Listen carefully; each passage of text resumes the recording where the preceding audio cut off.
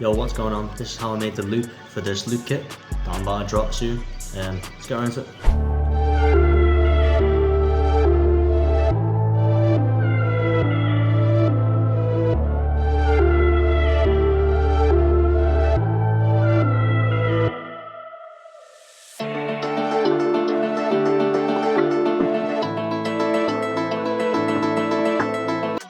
Right, okay.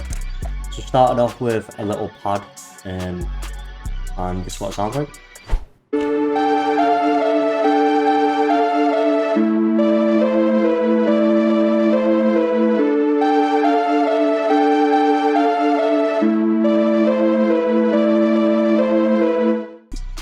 For the effects, I added a half time, a parametric EQ, cut out most of the lows, did a bit of mountain ranging, tiny little bit, but as I did it, I made sure it sounds good. Took out a few of the highs. The highs were a bit weird, and lowered a bit of the mids so I could add you know, other sounds into it. Next, I literally added the bass sound.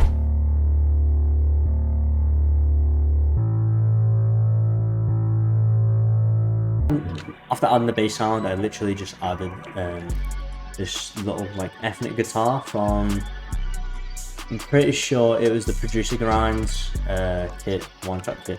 And with this, I just followed the bass notes.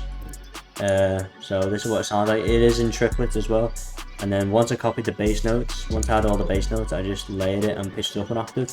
And just brought them slightly more forwards, and I feel like it gives it a good riff sound. So this is what it sounds like.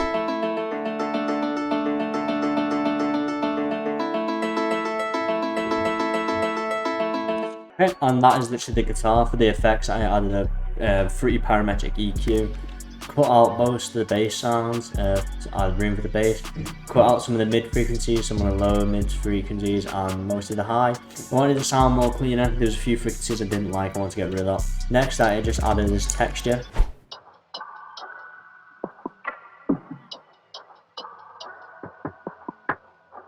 It's a percussion loop slash texture, so it basically just sits in the background. What I added next, I literally wanted to add a vocal chop into here, so this is what a vocal chop sounds like.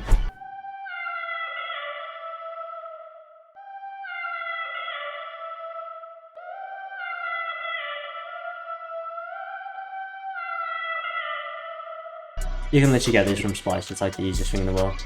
I added a fruity parametric EQ, cut out basically everything but the mids, talked down a bit of the highs again because they were clashing, and then I added a reverb, a ton of reverb, and that's what that sounds like. And then for literally the last thing, I just added this horn slash strings, ethnic strings, and this is what this sounds like.